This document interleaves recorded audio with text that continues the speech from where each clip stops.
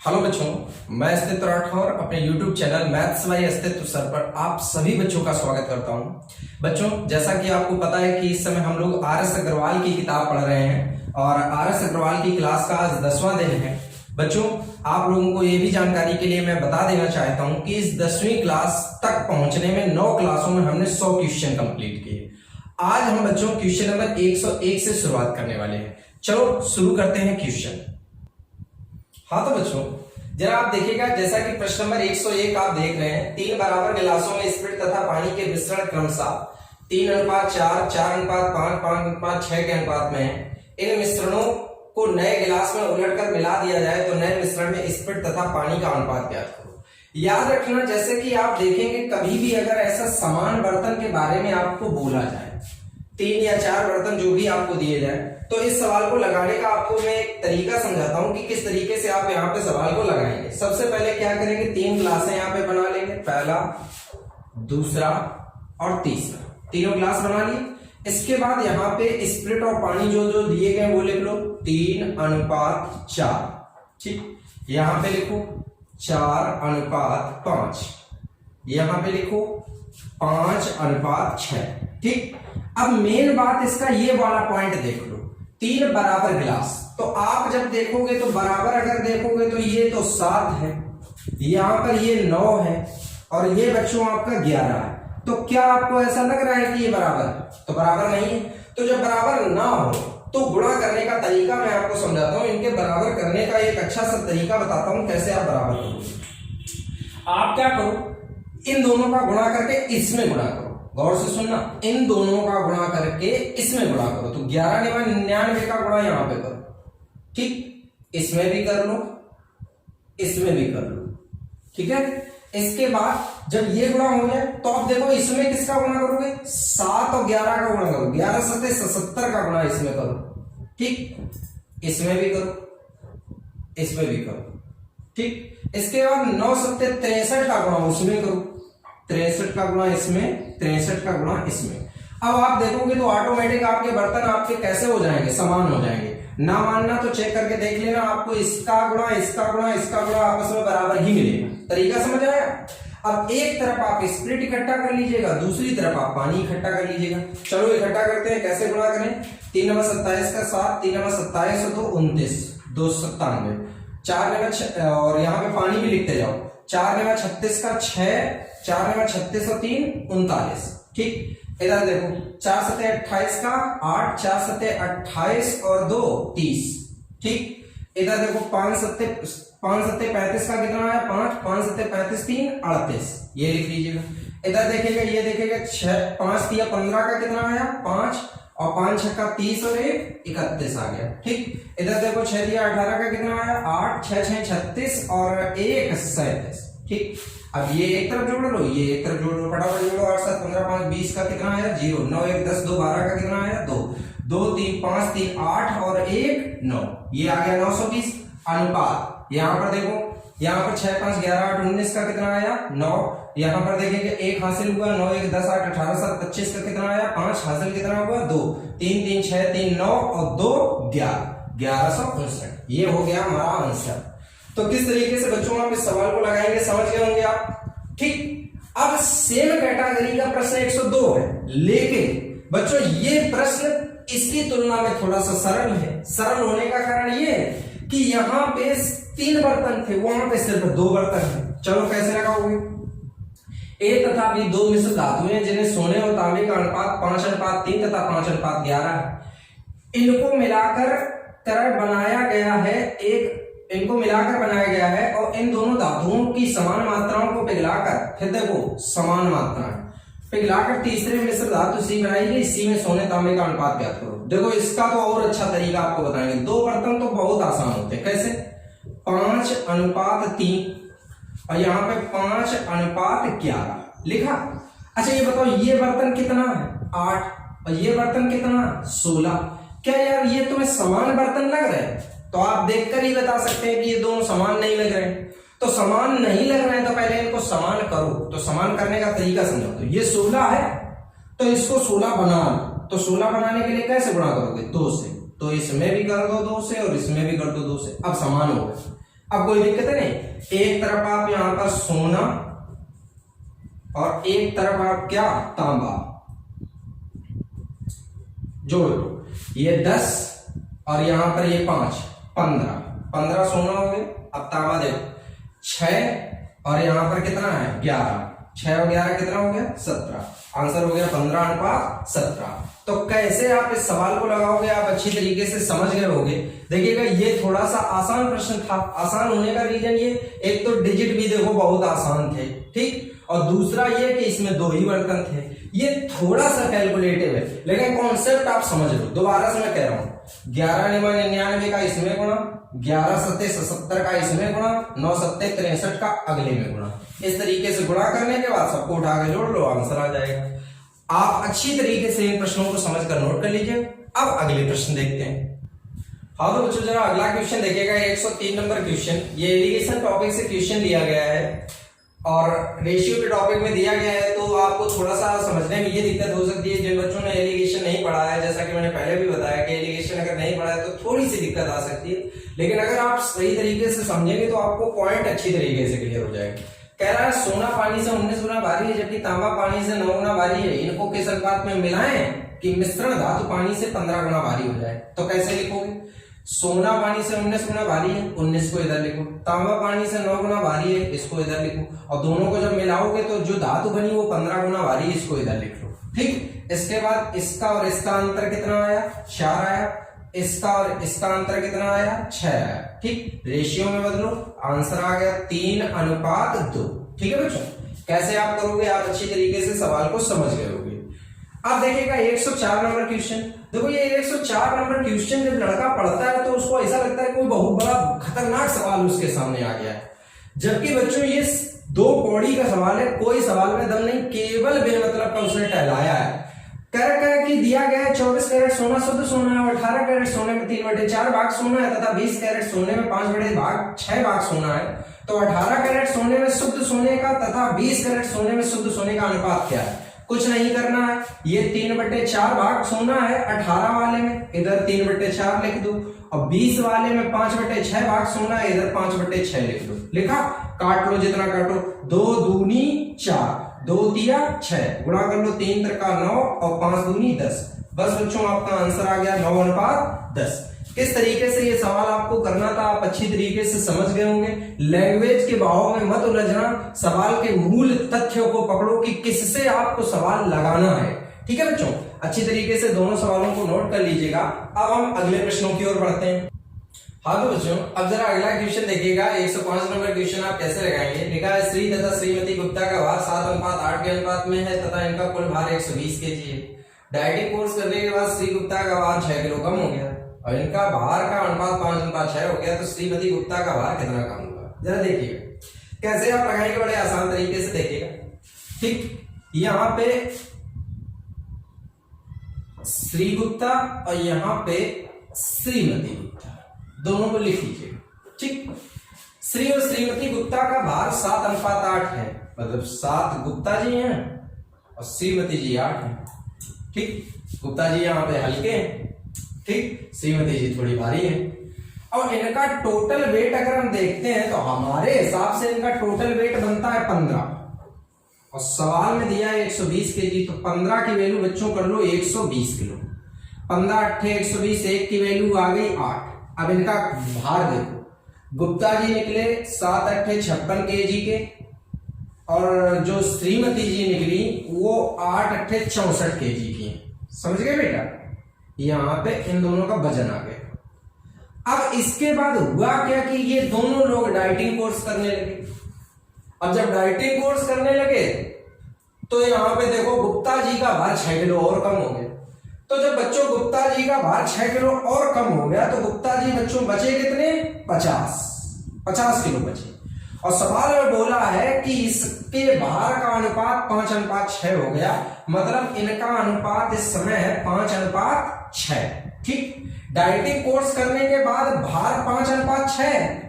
अच्छा ये बताओ, अगर यहां पर डाइटिंग कोर्स करने के बाद गुप्ता जी यहां पे 5 बचे हैं तो तुम्हारे हिसाब से कितने 50, क्योंकि 6 किलो कम हो चुके हैं। तो बताओ इस 5 की वैल्यू बच्चों क्या होगी, 50 होगी। और जब बच्चों 5 की वैल्यू 50 होगी तो तुरंत समझ गए आप कि यहां से 1 की वैल्यू कितनी निकली, 10।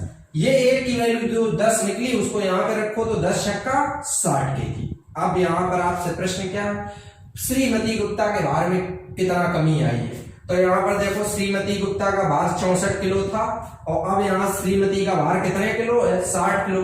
तो यहां पे श्रीमती जी का भार बताओ बच्चों कितना कम हुआ, 4 kg। तो श्रीमती के भार में कितने किलो की कमी आई, 4 kg की कमी आई। ये आपका हो गया आंसर। किस तरीके से आप सवाल लगाएंगे आप अच्छी तरीके से बच्चों समझ गए होंगे। एक बार मैं रिपीट कर देता हूं, ध्यान दीजिएगा। श्री तथा श्रीमती गुप्ता का भार जो है वो 7:8 है, ठीक।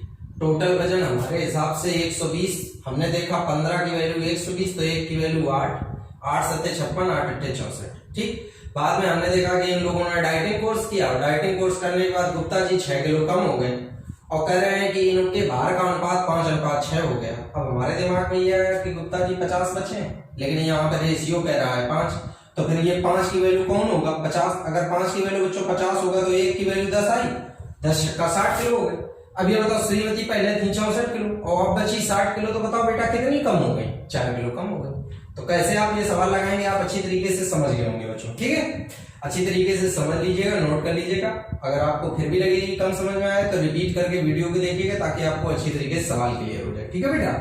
अब जरा यहाँ पर देखिएगा प्रश्न नंबर 106 कैसे आप लगाएंगे। एक हीरे का मूल्य उसके भार के वर्ग के अनुक्रमानुपाती है। देखो कई बार लड़के इस बात को समझ नहीं पाते कि ये कहना क्या चाहता है।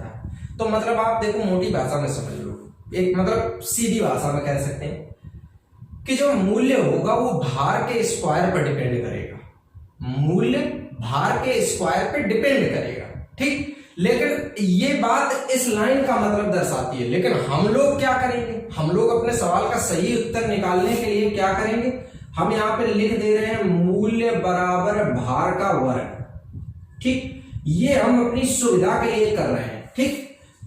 मूल्य भार के वर्ग पर निर्भर करेगा, इसलिए हमने क्या माना, मूल्य बराबर भार का वर्ग, ठीक।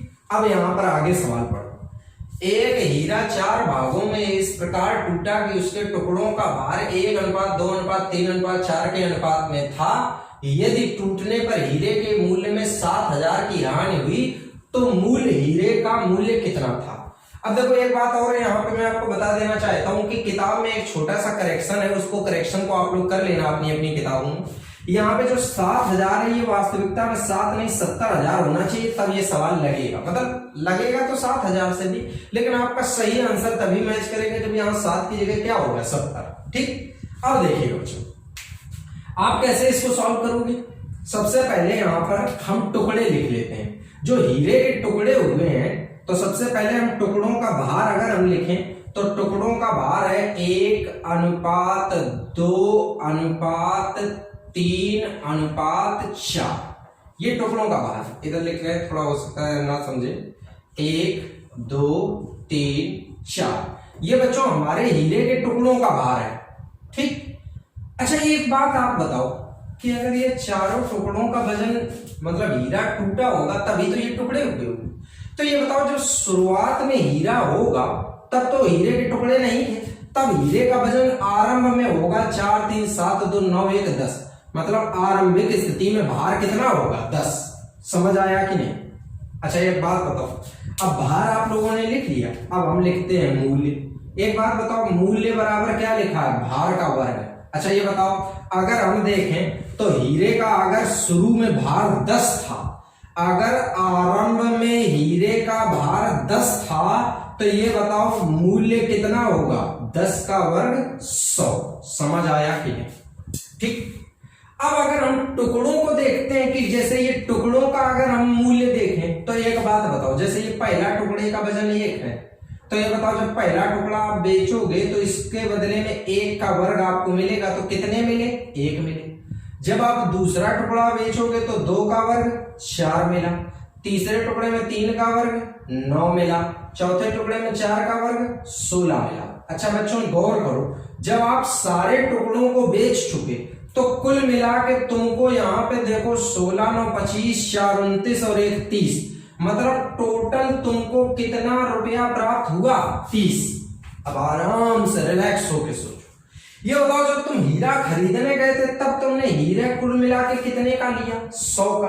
और जब तुमने टुकड़ों को यहाँ पे देखा तो टुकड़ों की टोटल वैल्यू कितनी बन रही है? 30। तो ये बताओ इसका मतलब तुमने 100 का हीरा खरीदा और टुकड़ों की वैल्यू बन रही है 30। तो बताओ बच्चों तुम्हारे हिसाब से यहाँ पे कितने का नुकसान हो रहा? 70 का।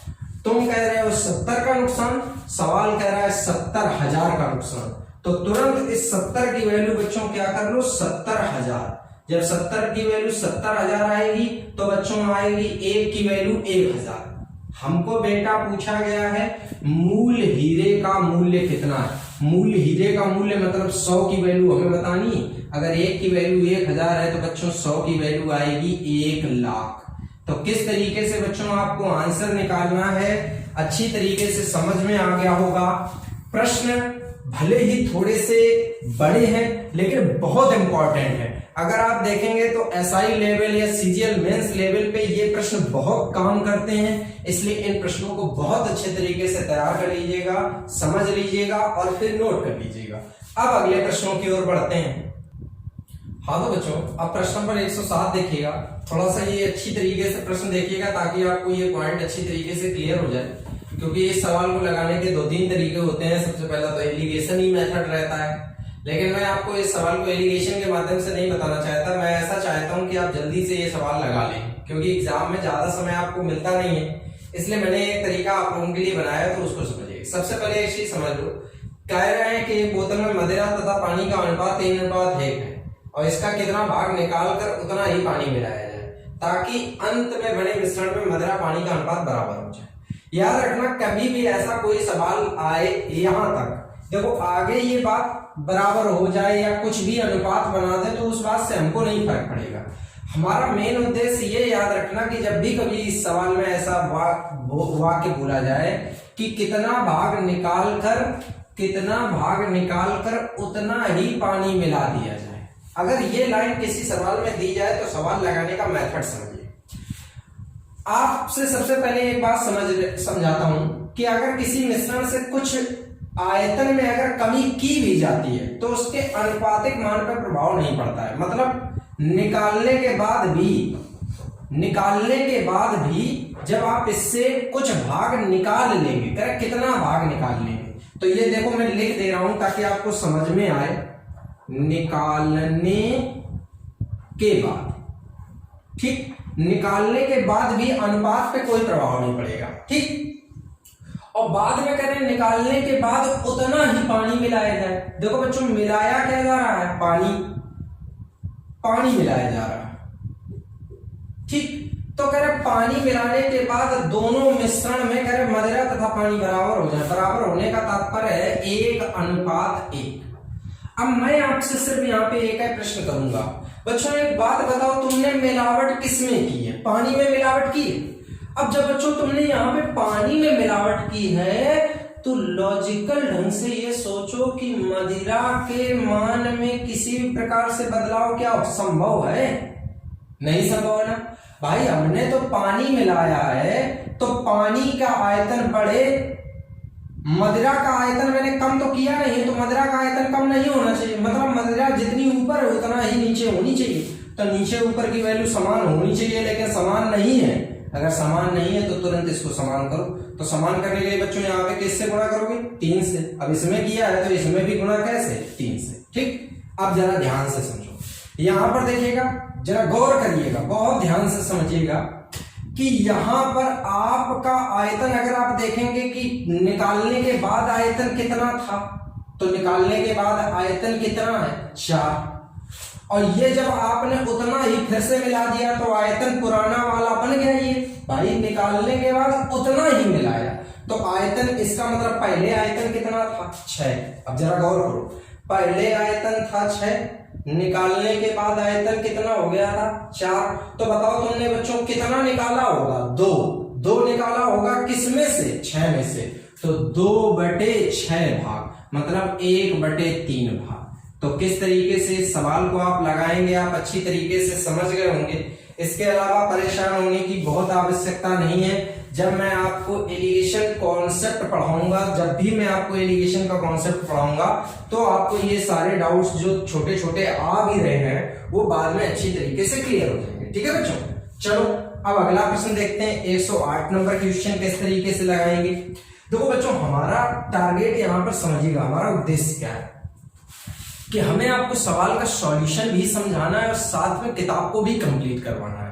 इसलिए यहां पे मैं सिर्फ और सिर्फ किताब के ही क्वेश्चनों पे चर्चा कर रहा हूं। किसी भी एक्सटर्नल बाहरी क्वेश्चन अपनी मर्जी से कोई नया एग्जांपल आप लोगों को नहीं बता रहा हूं।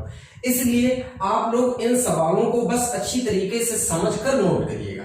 इसके अलावा जब मैं आपको कॉन्सेप्ट की क्लासें भी पढ़ाऊंगा तो उसमें भी सारी चीजें आपको लगातार बताता जाऊंगा।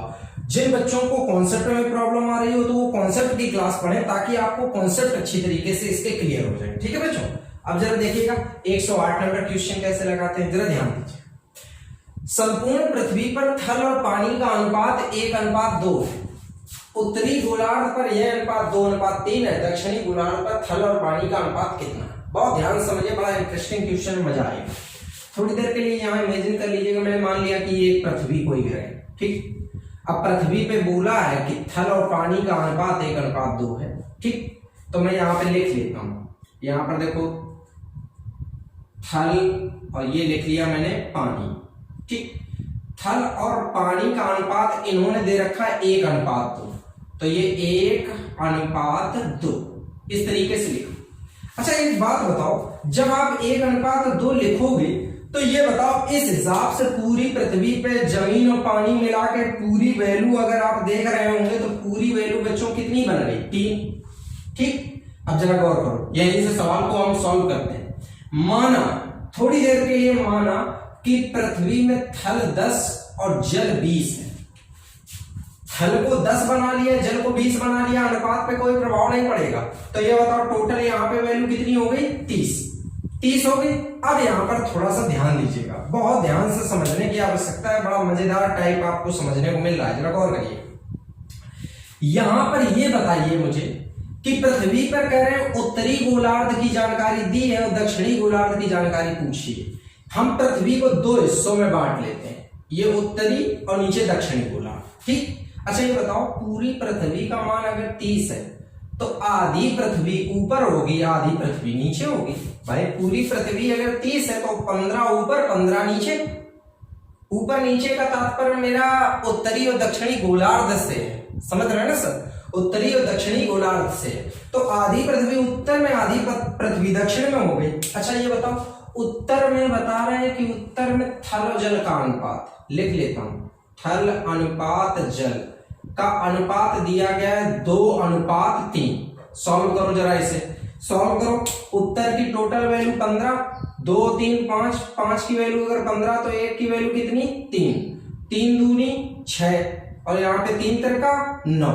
ये जरा आप देखेंगे तो उत्तर में हमें देखने को मिल रहा है कि थल 9 है, थल आपका 6 और जल आपका 9 है।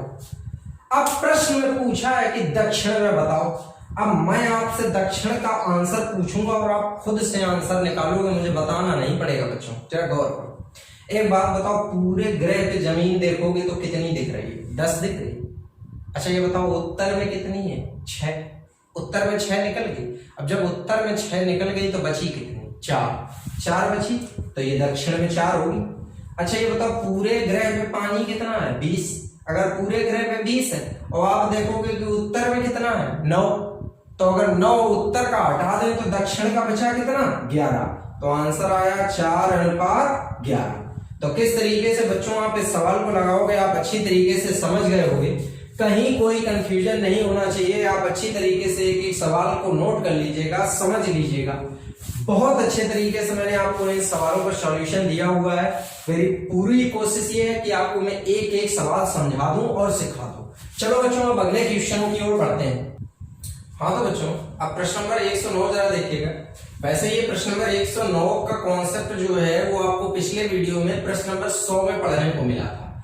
ये लगभग सेम कैटेगरी का क्वेश्चन है, जो ये 109 लिखा हुआ है, ये प्रश्न नंबर 100 की कैटेगरी से ही लगेगा। जरा गौर करिए। 2 धातुओं में जिंक और तांबे का अनुपात 2:1 4:1 है। दोनों धातुओं को किस अनुपात में मिलाया जाए ताकि नई मिश्र धातु में जिंक तथा तांबे का अनुपात 3:1 हो। तो पहले समझिएगा, पहली धातु में जिंक तांबा 2:1, दूसरी धातु में जिंक और तांबा 4:1, और इसके बाद कह रहे हैं कि जब इनको आपस में मिलाया गया तो मिलाने के बाद जो धातु बनी है उसमें जिंक और तांबे का अनुपात दे रखा है, कह मिलाने के बाद 3:1 बना।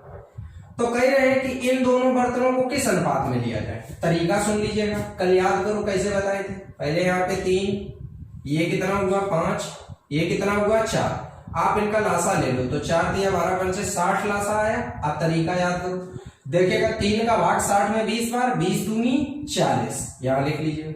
5 का भाग 60 में कितने बार, 12 बार, 12 चौको 48, यहां लिख लीजिए। 4 का भाग 60 में कितने बार, 15 बार, 15 दिया 45, यहां लिख लीजिए।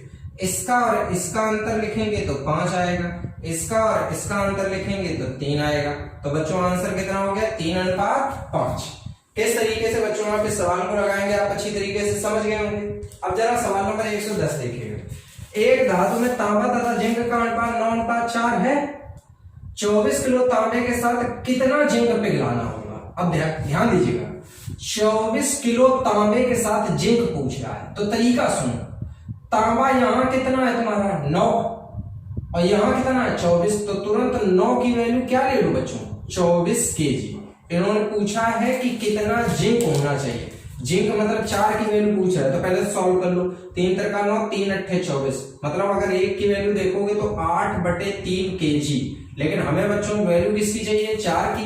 तो यहां पर अगर हम जिंक देखेंगे तो 4 8 32/3, या कह सकते हैं 10 सही 2/3 केजी। तो कैसे आप इस सवाल को लगाएंगे, समझ गए ना बच्चों। यहाँ पे तांबा 9 था, यहाँ 24, तो 9 की वैल्यू 24, 1 की वैल्यू 8/3। तो हमें जिंक की वैल्यू चाहिए, तो 4 की वैल्यू 32/3, अर्थात 10 सही 2/3। किस तरीके से समझने ये सवाल आपको क्लियर हो चुके होंगे। दोनों सवालों को अच्छी तरीके से नोट कर लीजिएगा, ठीक है बच्चों। अब अगले प्रश्न देखते हैं। हाँ तो बच्चों प्रश्न नंबर 111 देखिएगा, बड़ा आसान प्रश्न दिया गया है। धातु ए में 60 केजी के साथ तथा धातु बी का 100 केजी मिलाया गया है। यदि धातु ए में सी से टिन का अनुपात 3:2 है तथा धातु बी में यह अनुपात 4:1 है, तो नई धातु में टिन कितना है। देखो एक धातु ए है और एक धातु बी है, ठीक।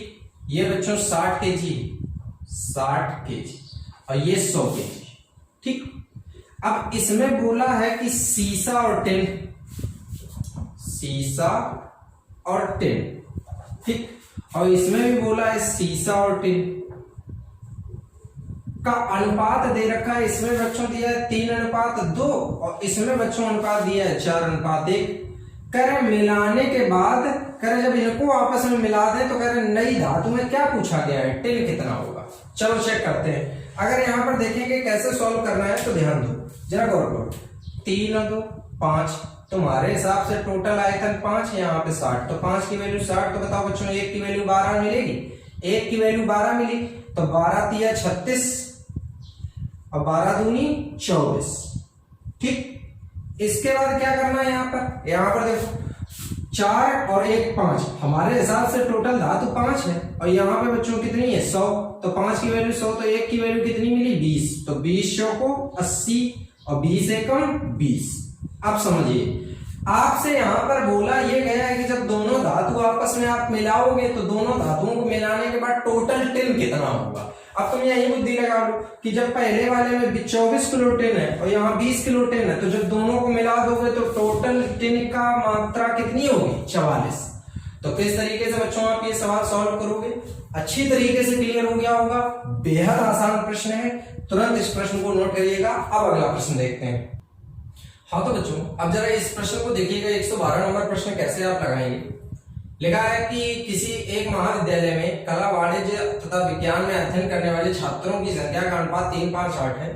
इन विभागों में छात्रों की संख्या क्रमशः 20, 40 तथा 25% की वृद्धि हुई। तो अब इन विभागों में छात्रों की संख्या का अनुपात क्रमशः क्या है, ठीक, ये पूछेंगे।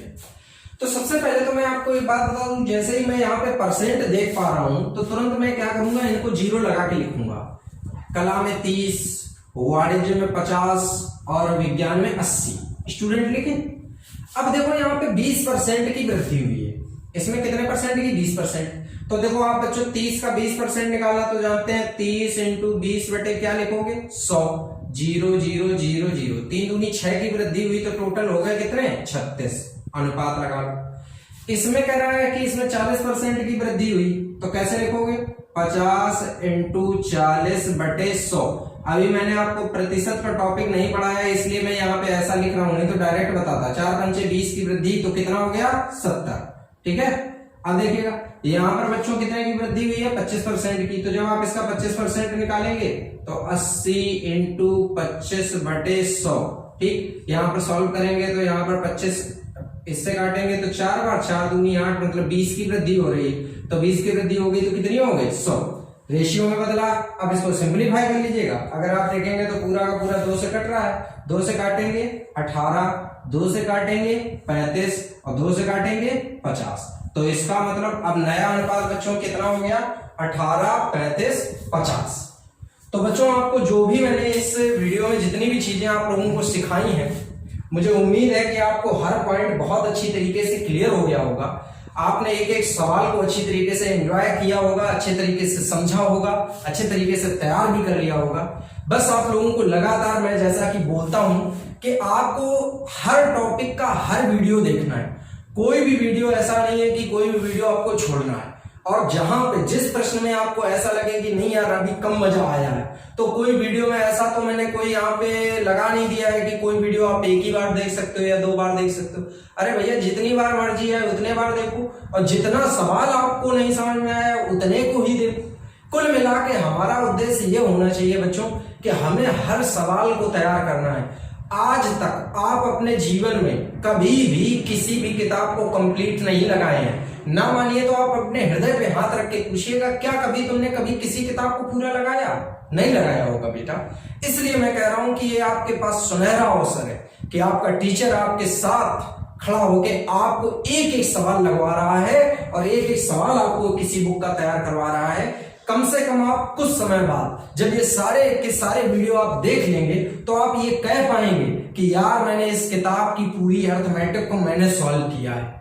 आज तक ऐसा कहने वाला मुझे कोई भी स्टूडेंट नहीं मिला जिसने कभी भी ऐसा बोल पाया हो कि नहीं यार हमने ये सवाल पूरे तरीके से लगाए हैं। कभी भी किसी से पूछो तो पहली बार में तुमने RS अग्रवाल लगाई तो बोलेगा हाँ मैंने लगाई है सर। लेकिन जब उससे कहो कि क्या तुमने पूरी लगाई है, नहीं सर जो जो सवाल थोड़े नहीं आए उनको छोड़ दिया है। फिर कुछ कहते हैं हमने सर बी एक्सरसाइज छोड़ दिए। तो ऐसा कहने वाले ही मिलते हैं मुझे। तो याद रखिएगा ये आपके पास एक अच्छा अवसर है कि आप अपने आप को बेहतर और अच्छा बना सकते हैं और पूरी किताब का सॉल्यूशन खुद से बना के नोट्स तैयार कर सकते हैं। वीडियो के अंत में बस इतना ही कहना चाहूंगा कि आपको वीडियो देखने के बाद इस वीडियो को ज्यादा से ज्यादा शेयर करना है, ज्यादा से ज्यादा लोगों से ये चैनल सब्सक्राइब करवाना है। मैं चाहता हूं बच्चों कि मैं इस चैनल को उस बुलंदी तक ले जाऊं जहां तक पहुंचना लोगों के लिए असंभव बन गया। लेकिन मैं चाहता हूं कि अगर आप लोगों का साथ, आप लोगों का सपोर्ट रहा, क्योंकि मैं जानता हूं कि मेरा कुछ नहीं है यहाँ पे, मैं जानता हूं कि मैं कुछ नहीं कर सकता, सब कुछ तुम्हारे हाथ में है, तुम ही सब कुछ कर सकते हो। तो तुम्हारा ये दायित्व बनता है कि इस चैनल को ऊंचाई तक ले जाओ ताकि तुम भी कभी गर्व से कह सको कि यार मैंने इस टीचर से पढ़ा है। बहुत अच्छे तरीके से आपको मैं सारी चीजें समझाऊंगा, बस आपको इस चैनल को ज्यादा से ज्यादा प्रमोट करना है। ठीक है बच्चों।